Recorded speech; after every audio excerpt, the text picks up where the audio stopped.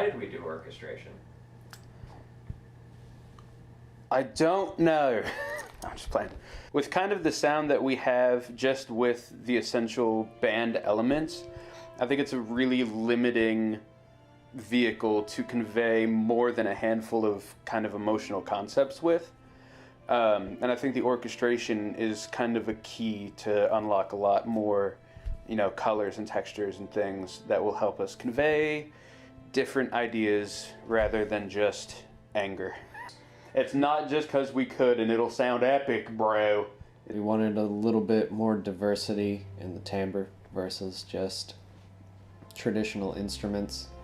I think we wanted to have a more epic feeling, a more momentous construction to the album. And strings, extra percussion, sound effects, all of these kind of add on to that. I think we were already just on board in the back of our heads. We all knew that it was going to happen. And someone was just like, and we were like, duh. And it just ended up being that way. Most of the orchestral stuff was the Native Instruments Symphony Series products with the string ensemble, brass ensemble, winds. Percussion was kind of all over the place. We used a lot of softwares that's used in film scoring. We wrote everything pretty much with MIDI.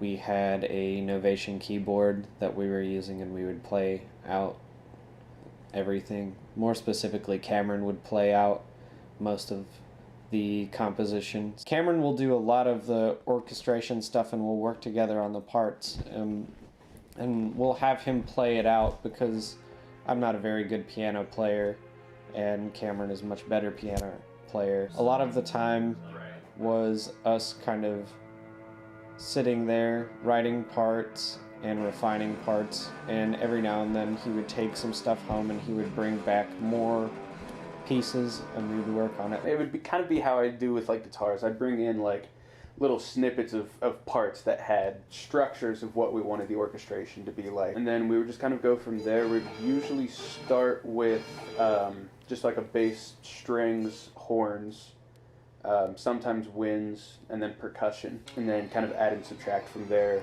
Once we had those bass kind of layers figured out, then we would add, you know, the harmonies and the different instruments. By the end of it, it was an orchestra, practically. Yeah, I'm a trombone, it sounds better.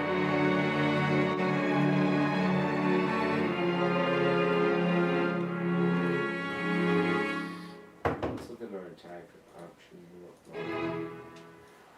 It's pretty much the same thing as like vibrato and tightness. Yeah.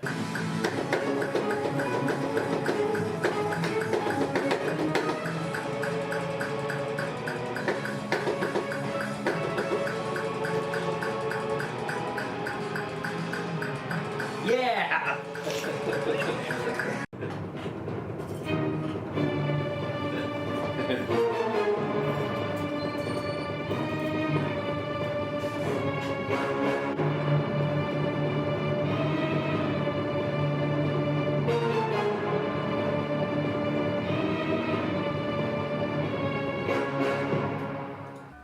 What are we doing, Cameron? We're about to attempt the most difficult part, probably so far, maybe on the entire album, of orchestral recording. It's a very intense tubular bell section, and it'll really push my my limitations as an already lousy keyboardist. So yeah, let's do this, boy.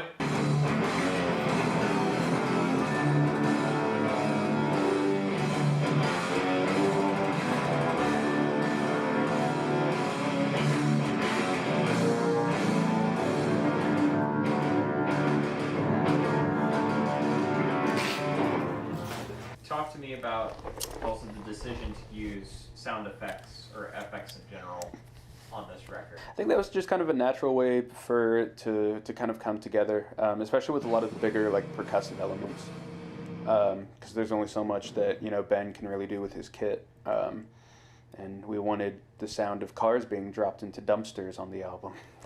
So we had to find that.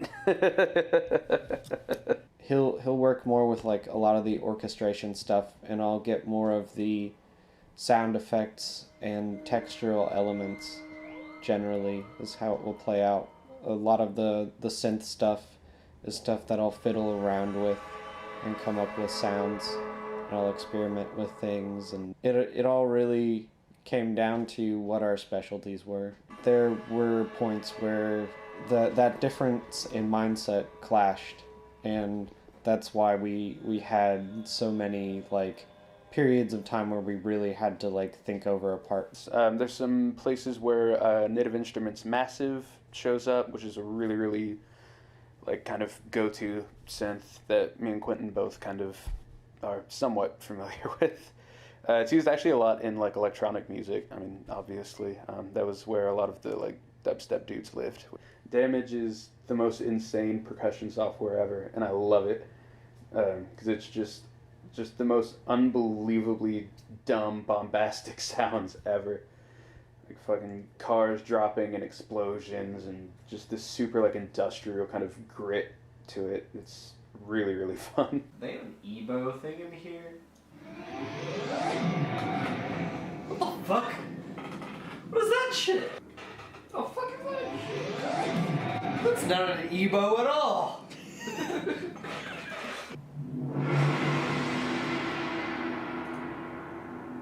Now we put the big booty bass enhancer on there.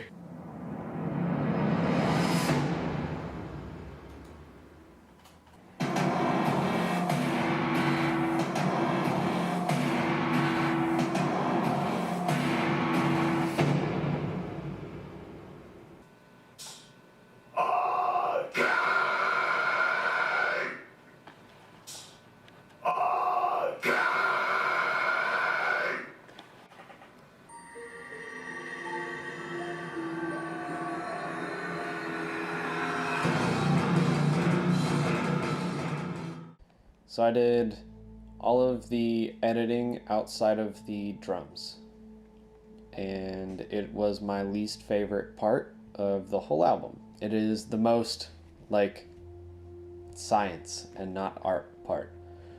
Editing is sitting in front of a computer screen and making sure that everything is tight, everything sounds timbrally sound.